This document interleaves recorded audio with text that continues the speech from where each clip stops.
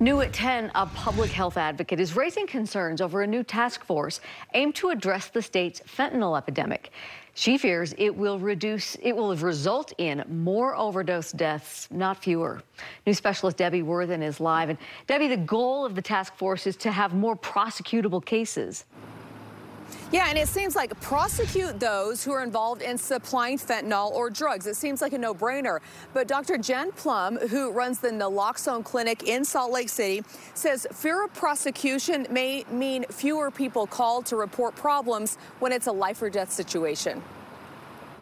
I know what it feels like to lose somebody and want there to be someone to pay, something to make it better. Back in 1996, Dr. Jen Plum lost her brother Andy to addiction.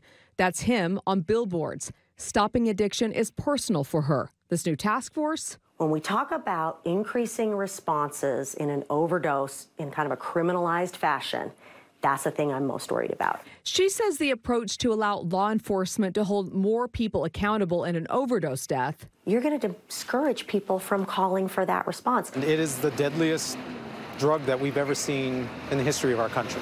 Dustin Gillespie is with the DEA in Salt Lake City.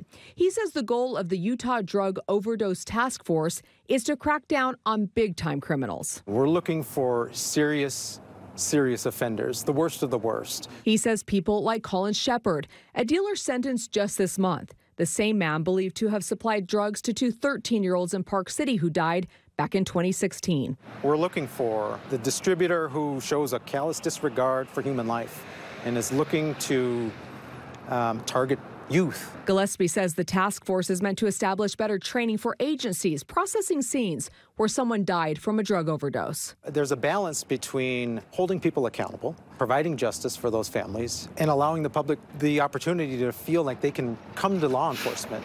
Because without an investigation, we can't provide justice. Making everything illegal, busting everybody has unintended consequences, and in the world that I work in, she says consequences that mean more addicts will die. I personally I can't sleep at night with that thought. Now, the new task force says they have several cases already being screened for prosecution, which they consider to be a huge success. I'll send it back to you. Debbie, it sure raises the issue of that delicate balance that they're trying to strike here in this case. Thank you.